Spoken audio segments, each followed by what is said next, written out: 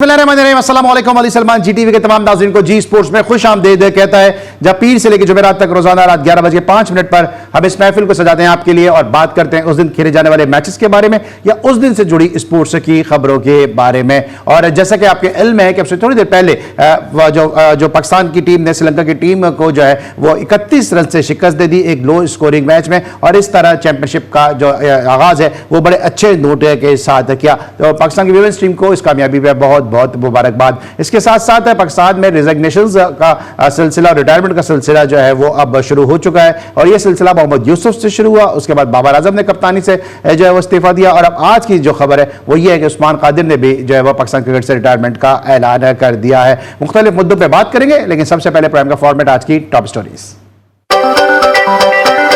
Pakistan England test series के लिए कौमी टीम की मुल्तान इंटरनेशनल स्टेडियम में प्रैक्टिस जारी। खिलाड़ियों ने बॉलिंग, बैटिंग और फील्डिंग की भरपूर प्रैक्टिस की। पाकिस्तान टीम बेहतरीन क्रिकेट नहीं खेल रही और मुश्किलात से दो चार है। इंग्लैंड को मस्बत क्रिकेट खेलकर जल्द अज जल्द पाकिस्तान टीम को दबाव में लाना होगा, Stuart Broad. Leg spinner Usman Qadir ने इंटरनेशनल क्रिकेट से रिटायरमेंट का ऐलान कर दिया। आज मेरे लिए बतौर पाकिस्तानी एक स्याह दिन है। हर मैदान में मनपसंद अफराद को नवाजा जाता है और अक़रबा परवरी पाई जाती है। उस्मान कादिर की अहलिया का जज्बाती पैगाम। बाबर आजम का क़यादत से अलग होना खुद उनके लिए बेहतर साबित होगा। हमारे कल्चर में बड़े खिलाड़ी को कप्तान बना दिया जाता है, जो कि गलत है। मोहम्मद रिजवान या फ़खर जमान में से किसी एक को कप्तान होना चाहिए, Yunus Khan. Hong Kong world success tournament के लिए पाकिस्तान स्क्वाड का ऐलान। 7 रुकनी स्क्वाड की क़यादत ऑलराउंडर फहीम अशरफ करेंगे। ICC women T20 world cup के इफ्तिताही मैच में बांग्लादेश ने स्कॉटलैंड को 16 रन से हरा दिया, जबकि दूसरे मैच में पाकिस्तान ने श्रीलंका को शिकस्त दे दी। अमेरिकी कौंसलर जनरल की मेंबर्स का नेशनल क्रिकेट अकेडमी का दौरा। मेंबर्स ने नेशनल क्रिकेट अकेडमी में वाक़ म्यूजियम का दौरा किया। और यूएफा चैंपियंस लीग में बड़ा अपसेट, दिफाई चैंपियन रियल मैड्रिड को कमजोर हरीफ लिली ने 1-0 गोल से शिकस्त दे दी। जी नाज़रीन, आज की टॉप स्टोरीज, और टॉप स्टोरीज में आपने जो सबसे बड़ी खबर देखी वो थी पाकिस्तान विमेंस क्रिकेट टीम की कामयाबी के, जहां पर जो है 31 रन से पाकिस्तान की विमेंस टीम ने कामयाबी हासिल की। इस मैच की समरी पे एक निगाह डालेंगे, देखते हैं कि जनाब इस मैच में क्या हुआ कि जहां पे एक लो स्कोरिंग मैच था। ये पाकिस्तान की विमेंस टीम ने बड़ी जबरदस्त कम बैक किया और एक लो स्कोरिंग मैच में पाकिस्तान की विमेंस टीम 31 रन से फतह हासिल कर गई। यहाँ पर पहले बैटिंग की 116 रन बनाए पाकिस्तान विमेंस ने। कैप्टन नॉक खेली फातिमा सना ने। निदा डार 23 रन बनाने में कामयाब रही। उमैमा सोहेल ने 18 रन की इनिंग खेली। चमारी अता पतू ने 3 विकेटें हासिल की, और संदिगा कुमारी ने जो है वो उन्होंने भी 3 विकेटें हासिल की। 3 विकेटें जो है वो बड़ा भोदानी के नाम रही। जवाब में मतूबा टारगेट चेस नहीं कर सकी श्रीलंकन विमेंस टीम, और सादिया इकबाल की 3 और फातिमा सना की 2 विकेटें और नशरा सिंधु की 2 विकेटों की बदौलत मैच पे 85 रन बनाने में कामयाब हो सकी श्रीलंकन विमेन टीम, और 31 रन के एक अच्छे मार्जिन के साथ इस ICC world T20 women championship में जो है वो पाकिस्तान विमेंस टीम ने कामयाबी हासिल की है। तो ये थी जनाब इस मैच की समरी कि जहां पर पाकिस्तान की विमेंस टीम ने कामयाबी के साथ अपने सफर का आगाज किया है। इस पर लेंगे मैं एक ब्रेक, और जब ब्रेक के बाद वापस आएंगे तो हमारे साथ मौजूद होंगे पाकिस्तान के जबरदस्त ऑलराउंडर के जो न सिर्फ पाकिस्तान में बल्कि इसके साथ साथ काउंटी क्रिकेट में भी और जहां जहां लीग क्रिकेट खेली जाती है वहां पर भी जो है अपनी सलाहियतों के उन्होंने जौहर दिखाए। अंडर एज से पाकिस्तान को उन्होंने रिप्रेजेंट करना शुरू किया, लेकिन बदकिस्मती रही कि परफॉर्मेंस देने के बावजूद वो पाकिस्तान के लिए ज्यादा नहीं खेल सके, और यह सिलसिला फेवरेटिज्म का, नेपोटिज्म का आज तक जारी है। मेरे साथ मौजूद होंगे ब्रेक के बाद बजर या वीडियो लिंक इंग्लैंड से यासिर अरफात। मिलते छोटे से ब्रेक के बाद।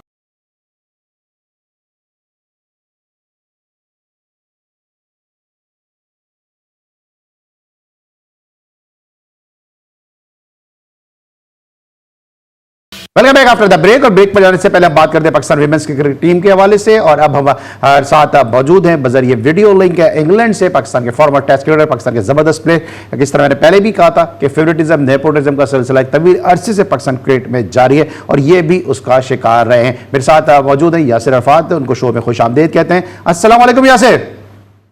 वालेकुम सलाम अली भाई, कैसे आप? खैरियत से? ठीक ठाक हैं?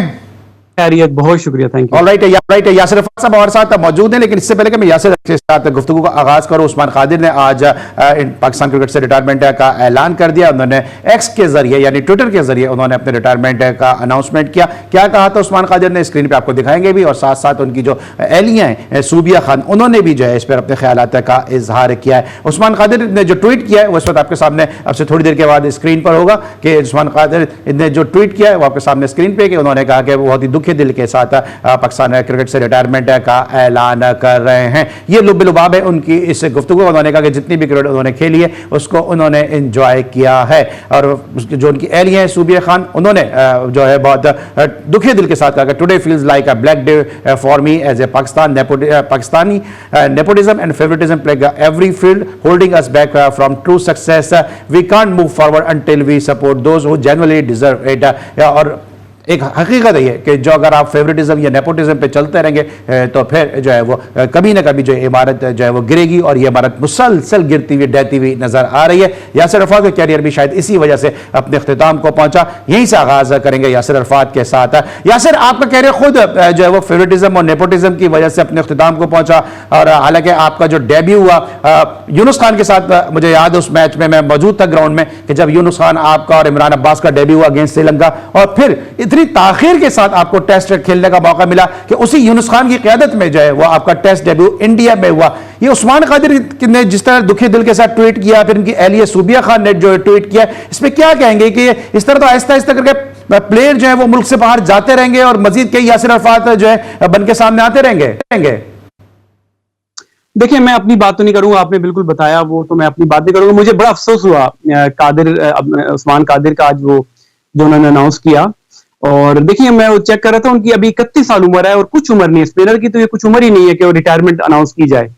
और उसके साथ साथ ये भी आगे देखें कि उनका जो डेब्यू हुआ है, उन्होंने पीछे 2012 या 13 में फर्स्ट क्लास का डेब्यू है, तो 11 सालों में उन्होंने टोटल 13 फर्स्ट क्लास के मैचेस खेले हैं।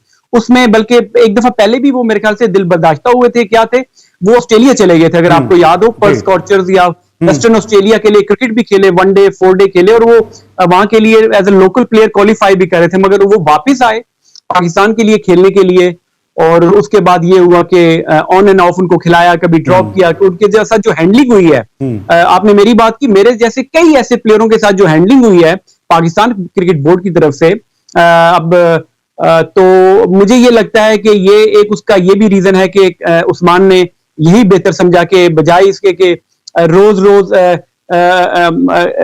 परेशान होने के, अपसेट होने के, एक दफा इस चीज को मैं डिसाइड करके क्रिकेट से रिटायरमेंट अनाउंस। लेकिन आप समझते हैं कहीं ना कहीं ये भी वजह हो सकती है कि जो लीग के जो एनओसी है वो पाकिस्तान क्रिकेट बोर्ड, ठीक है, उन प्लेयर्स जो है वो एनओसी के हवाले से सख्ती करे, उस हवाले से जो थोड़ी सी रुकावट डाले जो उसके सिस्टम का हिस्सा है, लेकिन जो प्लेयर सिस्टम का हिस्सा नहीं है उनको तो फिर एनओसी देने में कोई कबात होनी नहीं चाहिए?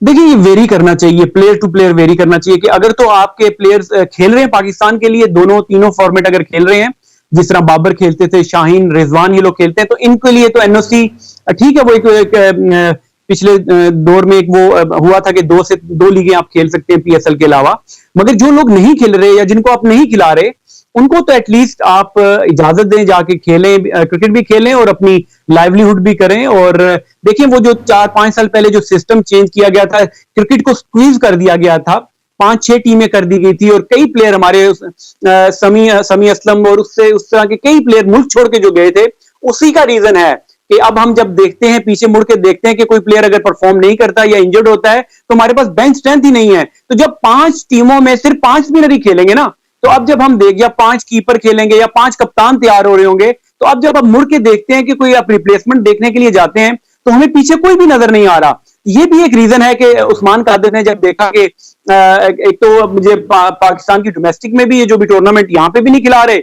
इंटरनेशनल लीग्स भी नहीं खेलने दे रहे, तो मुझे तो फिर रिटायरमेंट ले लेनी चाहिए। ठीक है, तो फिर पाकिस्तान क्रिकेट बोर्ड किस समत में जा रहा है? क्योंकि क्रिकेट बोर्ड का तो काम है क्रिकेट डेवलपमेंट पे काम करे, क्रिकेट को फैलाए और जो है वो प्लेयर्स का पूल बढ़ाए। यहाँ तो इस तरह भी आपने कहा समी असलम की बात की, रमीज जूनियर, हम्माद आजम, एहसान आदिल, मैं नाम लेता रहूंगा, गिनती खत्म हो जाएगी कि इतने प्लेयर पाकिस्तान से जो वो मूव कर गए। और ये तो मैं यूएसए की बात कर रहा हूँ, इसके अलावा जो मस्कत, ओमान, यूएई की टीमों में जो प्लेयर गए वो एक अलग वो है लॉट है कि जो है वो प्लेयर जाके वहां पे खेल रहे हैं। तो फिर प्लेयर्स तो फिर दिलबरदाश्त इसी तरह होते ही चले जाएंगे। देखिए, दुनिया में जो क्रिकेट रन होती है बड़े ही मुख्तलिफ अंदाज में होती है। ये चीजें जो है डिसेंट्रलाइज होती हैं। हमारे तो ये है कि सब चीजें रीजन की क्रिकेट जो है, जूनियर क्रिकेट, ये जो भी क्रिकेट हो रही है, कोचेस की अपॉइंटमेंट, अंपायर की, सारी चीजें 2-3-4 लोगों ने ही पीसीबी क्रिकेट को रन कर रहे हैं। और उसी वजह से ये मैं समझता हूं कि ये जो इश्यूज आ रहे हैं वो इसी वजह से इश्यूज आ रहे हैं। तो आपको देखिए, आप इंडिया की एग्जांपल हम लोग बात करते हैं, इंडिया की जितनी भी 45 प्लस टीम्स हैं, उनके क्रिकेट बोर्ड जो बीसीसीआई है, उनका एक फंड होता है जो हर साल 50 करोड़ प्लस के हिसाब से वो टीमों को चला जाता है। वो फिर रिस्पॉन्सिबिलिटी वहां के लोगों की होती है, जो उनका ट्रेजरर, जो सेक्रेटरी, जो प्रेसिडेंट होते हैं उनके रीजन के, उनकी टीमों के। उनका काम होता है कि कोचेस कौन से अपॉइंट करें, और वो सस्ते कोच लेकर आए या सबसे क्वालिफाइड बेहतरीन कोच लेकर आए। ये उनकी रिस्पॉन्सिबिलिटी होती है। ग्राउंड को, इंफ्रास्ट्रक्चर को बेहतर करना उनका है। वेरएज़ हमारे मुल्क में हर चीज 4 से 5 लोग जो हैं क्रिकेट के अफेयर्स को रन कर रहे हैं, एनओसी भी वही दे रहे हैं, डोमेस्टिक क्रिकेट भी वही देख रहे हैं, अंपायर्स को लगाना वो भी वही कर रहे हैं, कोचेस को भी लगा रहे हैं। देखें, गिने चुने कोई 10-15 कोचेस हैं, उन्हीं को घुमा फिरा के कभी जूनियर में भिजवा दिया जाता है, कभी डोमेस्टिक टीमों में लगा दिया जाता है, चैंपियंस कप आता है उसमें लगा दिया जाता है, मेंटोर्स के जो सेटअप है जो लगाया उसके नीचे उन्हीं कोचेस को लगा दिया है। तो जिसकी वजह से हर चीज उन्होंने कंट्रोल की हुई है और बहुत से जो हकदार हैं उनको उनका हक नहीं मिल रहा।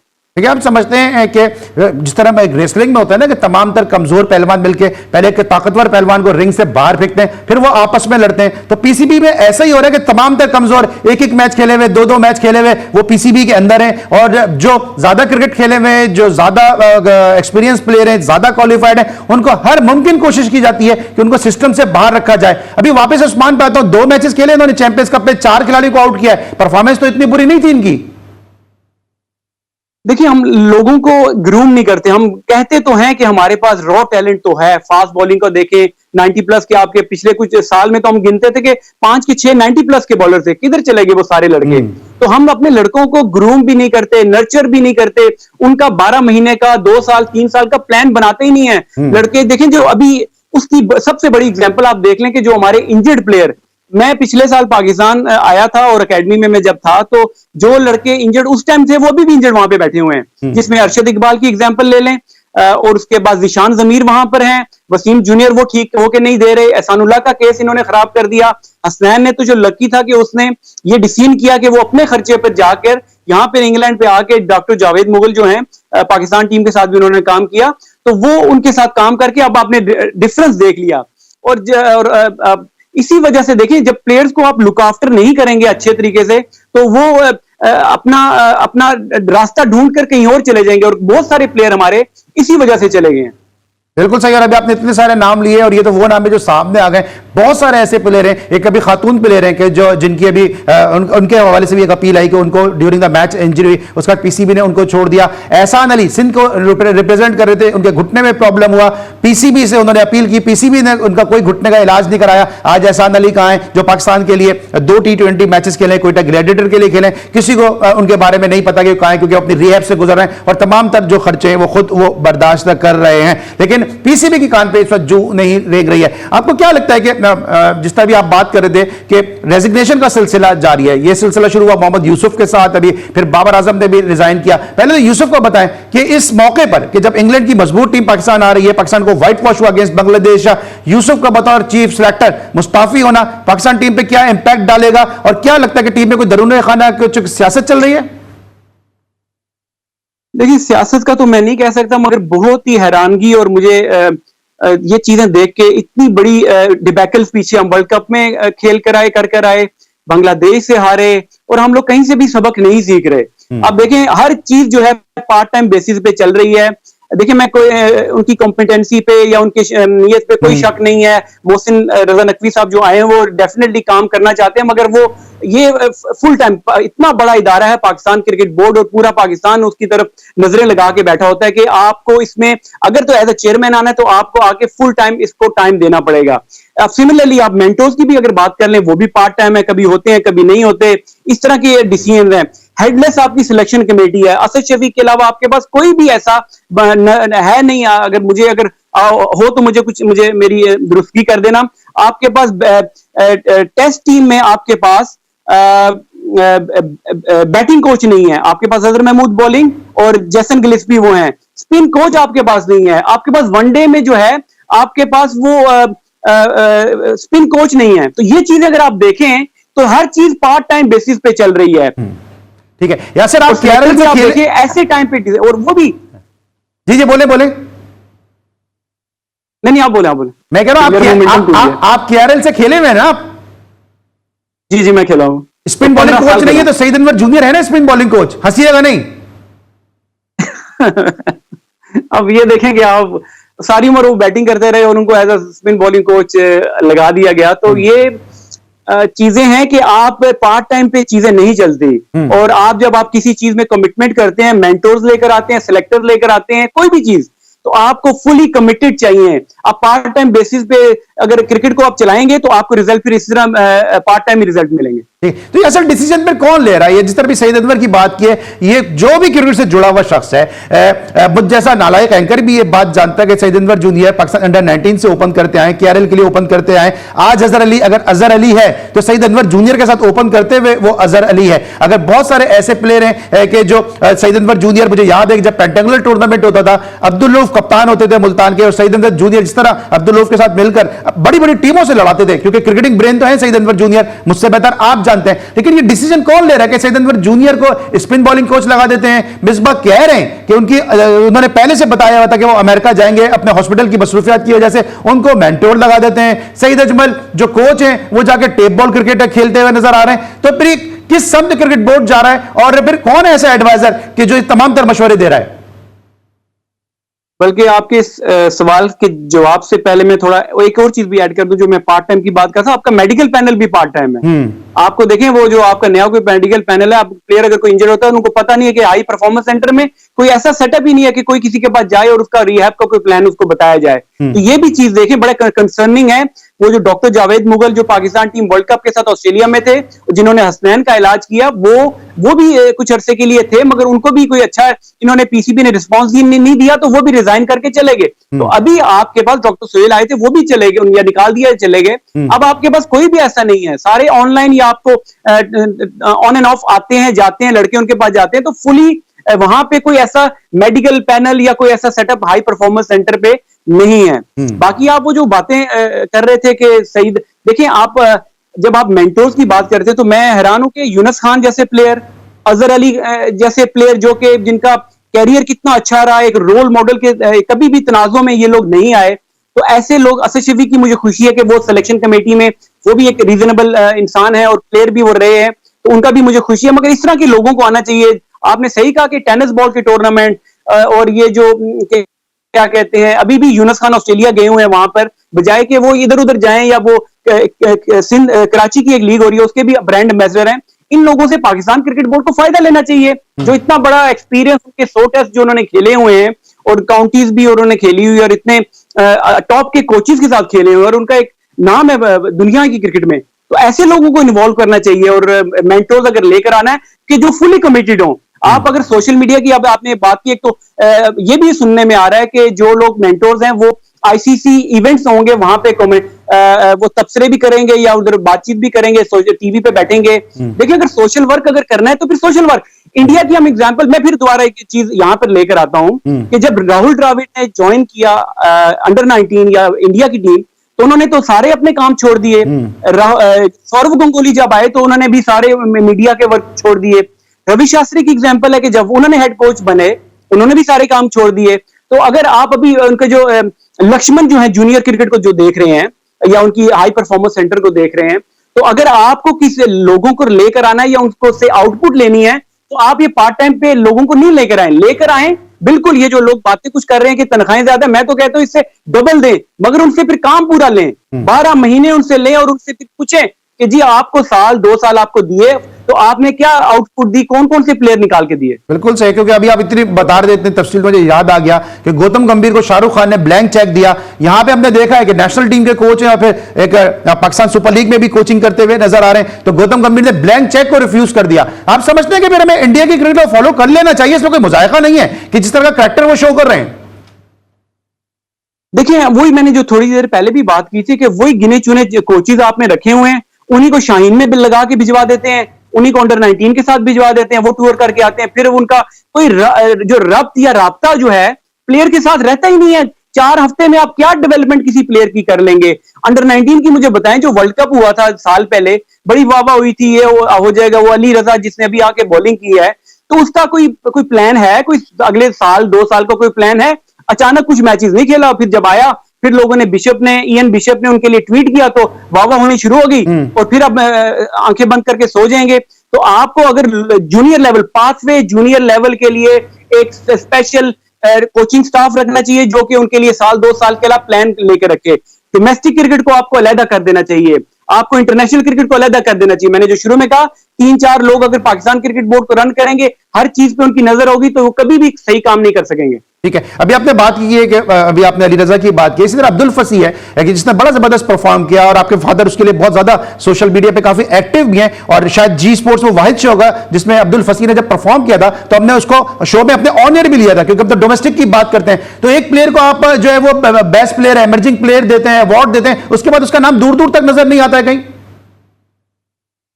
थोड़ी मैं यहाँ पे इस पे जवाब से मैं थोड़ी आपकी बात करूंगा कि आपने, बल्कि 2-3 दिन पहले मैं आपका शो भी देखता हूँ बड़े शौक से, तो आपने इंडिया के जो प्लेयर जिसने 1000 रन किए थे, प्रणाव दनावड़े, बल्कि वो हमारे साथ यहाँ लीग खेलने आया हुआ था, तो वो हमारे साथ इकट्ठा टाइम गुजारते थे। तो आप डोमेस्टिक को और इन चीजों को बड़ा फॉलो करते हैं, तो आपकी इस चीज की दाद देनी पड़ेगी कि आपको पता होता है कि कौन से नए लड़के खेल रहे हैं और क्या कर रहे हैं वो। अब्दुल फसी की जो आपने बात की, देखिए बिल्कुल सही आपने बात की। एक बंदा अगर 1000+ रन करता है, तो उसको तो आपको अपने प्लान में रखना चाहिए कि जो उसके डेवलपमेंट उसकी होनी चाहिए, और उसको अपनी नजरों में रखना चाहिए, बजाय इसके कि वो बल्कि हमारे वो रीजन का है, हमारे इलाके का, बल्कि हमसे पूछ रहा होता है कि हमें बताएं कि मुझे कॉल नहीं किया गया या मैं क्या करूं, इस तरह के उसको पता ही कुछ नहीं है।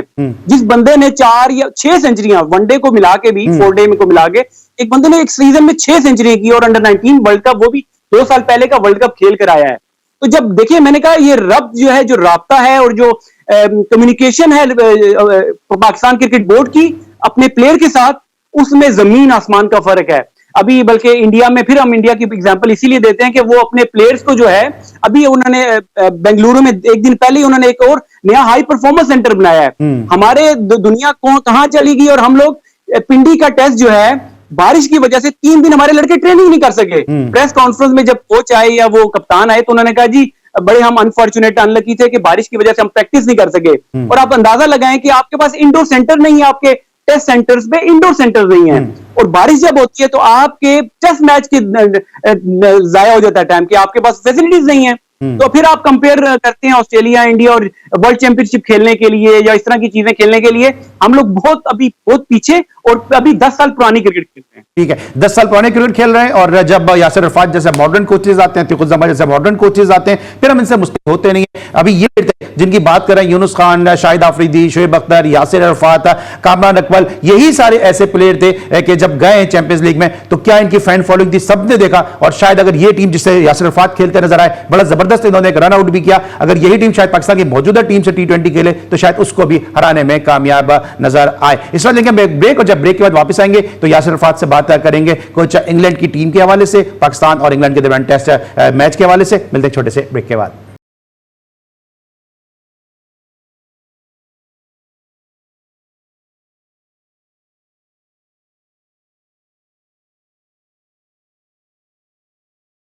Welcome back after the break.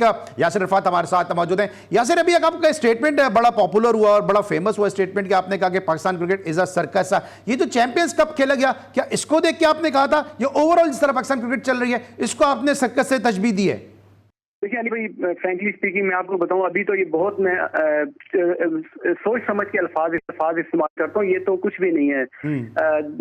देखिए आप खुद मैं आपसे सवाल करता हूं कि जिस तरह की ये लोग डिसीजन कर रहे हैं और जिस तरह की क्रिकेट रन की जा रही है, आप अंदाजा लगाएं कि ये जो चैंपियन कप कराया है जो इन्होंने, और वो भी आपने टेस्ट सीरीज के दरमियान करा दिया, इससे कोई सेन, कोई अक्लमंद बंदा इस तरह की कोई चीज कर सकता है? और यही जो पैसे जाया किए, देखिए आप इन पैसों को आप किसी बेहतर जगह पे लगाया जा सकता था कि आपने ऐसे टाइम पे लगा दिया। उसके हासिल वसूल क्या हुआ? आपने उनके परफॉर्मर्स को पहले बोला कि हम उनको पिक करेंगे, दोनों उनके टॉप परफॉर्मर जो थे उन दोनों टीम में नहीं है, इवन 16-17 लड़के अब अनाउंस कर दिए। तो ऐसे पैसे जाया करने के गलत जगह पर यही आप अपनी पासवे पे पे, जूनियर लेवल पे, इंफ्रास्ट्रक्चर पे, और इवन वो जो हम शुरू में बात कर रहे थे जो इंजर्ड प्लेयर्स हैं उनको आप इंग्लैंड भिजवा के उनका प्रॉपर इलाज करवा लें, बजाय ये कि इस तरह की फजूल खर्चियां या गलत डिसीजन और आप इस तरह के स्टेप करते हैं, मतलब लोगों की सिंपैथी लेने के लिए कि चलो ये तो, या चेयरमैन को खुश करने के लिए इस तरह की चीजें करते हैं, तो इन चीजों से अवॉइड करें और अच्छी जगह पे और अच्छी डिसीजन करें। ठीक है। अच्छा, बाबर आजम ने भी रेजिग्नेशन दिया, रेजिग्नेशन की जो बरसात हो रही है कि एज ए कैप्टन उन्होंने रिजाइन किया, आपको लगता है बाबर आजम का सही फैसला था रिजाइन करने का ये, क्योंकि वो एज ए बैट्समैन जो है वो अब सर्व करना चाहते हैं? मैं समझता हूँ बेहतरीन डिसीजन बाबर के अपने कैरियर के लिए कि जितना प्रेशर उन पे पाइल अप हो रहा था और रीसेंट पास में जो उनकी परफॉर्मेंसेस थी वर्ल्ड कप को देख के, उससे पहले और अभी भी आप देखें टेस्ट मैचेस में जिस तरह की उनकी इतने मैचेस में कोई अच्छी परफॉर्मेंस नहीं आई, तो मैं ये समझता हूँ ये ब्लेसिंग इन डिस्गाइज होगा बाबर के लिए कि हमारा एक इतना अच्छा प्लेयर जो सिर्फ कप्तानी की वजह से जो था उसका वो जो उस पर प्रेशर था और उसकी फॉर्म और उसकी चीजें जा रही थी, तो मैं ये समझता हूँ बेहतरीन डिसीजन है बाबर के अपने कैरियर के लिए, और होपफुली अब इस पे रिलैक्स होगा और सिर्फ फोकस करेगा अपनी बैटिंग पर। बहुत सारी ऐसी एग्जांपल्स पास में भी आई हैं कि कप्तानी छोड़ने के बाद कोई भी प्लेयर दुनिया का बेहतरीन बैट्समैन बना और रिकॉर्ड्स बनाए और मुल्क के लिए अच्छा किया, तो ये इनके लिए एक बहुत अच्छा डिसीजन होगा मेरी नजर में। अच्छा, आप भी क्या ये समझते हैं, उस स्कूल ऑफ थॉट से आप भी क्या मुतासिर हैं कि Babar Azam is the best ever produce batsman for Pakistan? मैं तो अब हैरान हूं कि अब जो इनिंग्सें हमारी, अब तो छोड़े हनीफ मोहम्मद साहब जो हमारे थे, उन्होंने इतने बड़े बड़े फास्ट बॉलर को अनकवर्ड पिचेस पे और इस तरह की कंडीशंस में जब खेला और इतनी बड़ी बड़ी इनिंग्सें खेली। जहीर अब्बास साहब हमारे सामने मौजूद हैं, जावेद मियां आजाद जैसे प्लेयर कितने टॉप क्वालिटी बॉलर्स के खिलाफ उन्होंने इतनी बड़े लेवल पर जाके मैचेस पाकिस्तान को जिताए। इंजमाम हो गए, यूसुफ हो गए, यूनस हो गए, मैं इतने बड़े बड़े नाम हैं, तो मैं तो खुद इस चीज से बड़ा हैरान हुआ सुनकर, और बहुत सारे लोग बाकी भी मेरी तरह हैरान हुए कि ये स्टेटमेंट मेरी समझ में नहीं आई। ठीक है, तो आप समझते हैं कि जब भी ज़हीर अब्बास साहब का आपने जिक्र किया, क्योंकि आप बड़ा जो सीनियर की विजडम से बड़ा मुस्तफीज़ होते हैं, मैं अक्सर देखता हूं कि ज़हीर अब्बास साहब, मुश्ताक मोहम्मद साहब, आसिफ इकबाल साहब और बहुत सारे सीनियर प्लेयर हैं कि जिनके साथ आपकी अक्सर महफिल जो है वो जमती हैं, नशिस्तें आपकी होती हैं। अभी ज़हीर अब्बास साहब का एक स्टेटमेंट आया, उन्होंने कहा कि बाबर आजम से अगर रन नहीं हो रहे तो बाबर को ड्रॉप किया जा सकता है। देखिए, वो उनकी अपनी राय है, मेरी ये राय है कि अब हम हर बंदा ये बात कर रहा होता है टीवी पे कि जी लड़कों को डोमेस्टिक में जाके खेलना चाहिए। ठीक है, बिल्कुल कहने की हद तक तो ठीक है, मगर मैं आपसे पूछता हूँ कि आप खुद बताएं कि जो हमारे डोमेस्टिक का स्ट्रक्चर है, जो पिचेस हैं, जो क्वालिटी ऑफ प्लेयर्स वहां पर खेल रहे हैं या कोचेज वहां पर बैठे हुए हैं, कि मैंने तो हार्डली किसी को, मैं खुद भी देखें खेला हूँ वहां पे फर्स्ट क्लास, और कोचेज हमारे उनके अंडर में डोमेस्टिक के खेला, और अभी भी मैं देखता हूँ और सुनता हूँ, मुझे तो हार्डली कोई बंदा ऐसा होता होगा जो टीम पे टेक्निकल वर्क करता होगा। टूर्नामेंट अनाउंस होता है, 2 दिन पहले कोच प्लेयर इकट्ठे होते हैं होटल में, टूर्नामेंट शुरू होता है और खत्म होता है, वो कोच अपना बैग पकड़ के चला जाता है, प्लेयर अपना। तो जो टेक्निकल वर्क है, जो बेटरमेंट और इंप्रूवमेंट की तरफ जो चीजें होती हैं, वो तो आप साल पूरा जब तक लड़कों पे काम नहीं करेंगे, तो बाबर वही बात है, डोमेस्टिक में भी अगर जाके खेलेगा तो आप हमें तो अंदर की स्टोरी पता है कि किस क्वालिटी की क्रिकेट या कोचिंग हो रही है। बाबर किसको जाके पूछेगा कि यार मेरा टेक्निकल जो अगर प्रॉब्लम है मुझे ठीक करो, तो अब उनको अगर टीम में है तो वहीं पे खेलें और परफॉर्म करें। और कप्तानी का ये जो अभी इशू उन्होंने रिजाइन किया है, मैं ये समझता हूँ कि ये इनके लिए बेहतर होगा और अब इनमें वो प्रेशर नहीं होगा और परफॉर्म इंशाल्लाह दोबारा करेंगे। Alright, Yasir, time is running out, quickly मैं 2-3 सवाल करूंगा जल्दी। अभी आपने कहा कि हमें तो अंदर की बात पता है, तो हमें भी तो अंदर की बात बताएं कि आप आए फिर आप वापस चले गए, फिर अंदर की बात क्या थी, क्यों नहीं आपका जिस तरह कैरियर आपका लंबा नहीं होने दिया, इस तरह आपका कोचिंग कैरियर भी नहीं प्रोलॉन्ग होने दिया? ये भी एक लतीफा होगा कि 10 दिन का मेरा वो ट्रिप था और 5 मैचेस से वो मैं करके चला गया, और तो ये चीजें हैं। अब क्या बंदा इसके बारे में कहे, आपके सामने ही चीजें चलती हैं जिस तरीके से। फिर वो रजीम चेंज वाली बात जो होती है, चेयरमैन चेंज होता है, बाकी सेटअप चेंज होता है, तो मेरा असल में जो मेरी अंडरस्टैंडिंग थी पाकिस्तान क्रिकेट बोर्ड के लिए, वो सिर्फ वैसे तो यही थी, मेरी लॉन्ग टर्म वैसे भी नहीं थी। मगर ये होता है ना कि आप आते हैं, आपको पूछा जाता है कि टूर कैसा रहा या के लड़कों के बारे में कोई रिपोर्ट कोई इस तरह की चीज होती है, बिल्कुल कुछ नहीं, और वो चीज खत्म हो गई। ठीक है, आखिरी मेरा सवाल है, इंग्लैंड की टीम आ रही है, दोनों टीमों का कंपैरिजन करें तो इम्कानात क्या है? यार अब क्या इसका कंपैरिजन है, एक टीम जो है रैंकिंग में अभी जो है वो मेरे ख्याल से इंडिया के बाद दूसरे नंबर पर है या तीसरे नंबर पर है, और जिस तरह की वो क्रिकेट खेल रही है, तो और जिस तरीके से वो 2 साल पहले खेल के गए, तो वो तो उनके सारे एरियाज उनके कवर है, स्पिन देखें, फास्ट बॉलिंग देखें, बैटिंग देखें, वेयर हम तो स्ट्रगल करते हैं कि हमारे पास स्पिनर कोई नहीं है, स्पिन विकेट बनाते हैं तो दूसरे स्पिनर हमें आउट कर देते हैं, फास्ट बनाते हैं तो दूसरे। अच्छा, यासिर ये बताएं, क्या यासिर को भी पिंडी के पिच का नहीं पता? अजहर महमूद को तो नहीं पता? चले मास्टर महमूद की तो क्या बात है, बाकी भी तो वहाँ पे थिंक टैंक देखें, कोचेज आप रखे हैं बाहर के, जो ग्राउंडमैन आपने रखा है, पिच बनाने वाला क्यूरेटर रखा है, बाकी पाकिस्तानी प्लेयर्स वहाँ पे जो खेलते हैं उनको भी पता है सबको, एक बंदे पे वैसे नहीं डालना चाहिए, सारे की कलेक्टिव होती है। बचा लिया आपने पिंडी बॉय को बचा लिया वैसे यासिर आपने। ऑलराइट, अच्छा बिल्कुल क्विक आखिरी बिल्कुल सवाल है कि क्या लगता है आपको, अभी ये बाबर आजम ने कप्तानी से इस्तीफा दे दिया, नेक्स्ट पाकिस्तान का कैप्टन कौन होगा? सलमान आगा का नाम आ रहा है, मोहम्मद हारिस का भी नाम आ रहा है आउट ऑफ द वे जाके। यार हारिस की देखें, टू बी वेरी ऑनेस्ट, वो अच्छा लड़का है, एक्साइटिंग टैलेंटेड प्लेयर है, मगर मैं समझता हूँ उनकी अपनी परफॉर्मेंस इस स्टैंडर्ड की नहीं है कि आप उनको कप्तान बनाएंगे तो उनपे वही बात है, वो पहले तो उनको परफॉर्म करने दें, टीम में जगह बनाने दें, उसके बाद उनको टीम में एज अ कप्तान की। अगर देखिए मैं शॉर्ट करता हूँ इसको, अगर तो आप एक शॉर्ट टर्म के लिए अगर करते हैं तो रिजवान नहीं तो फखर आपके पास ऑप्शन है, उनके साथ एक आप एक यंगस्टर लगा दें, अदरवाइज आप ये सलमान या ये बाकियों की बात करेंगे, वो मेरे ख्याल से वो फिर एक वो बैक फायर कर जाएगा। ठीक है, thank you so much. Yasir Arafat हमारे साथ मौजूद थे आज के शो में, आपकी आमद का बहुत बहुत शुक्रिया। अली सलमान को पूरी यासिर अरफात के साथ इजाजत दीजिए। हमारे इस हफ्ते का यह आखिरी एपिसोड था, मैं उम्मीद है पसंद आया होगा। अगले हफ्ते फिर मुलाकात होगी। अल्लाह हाफिज़।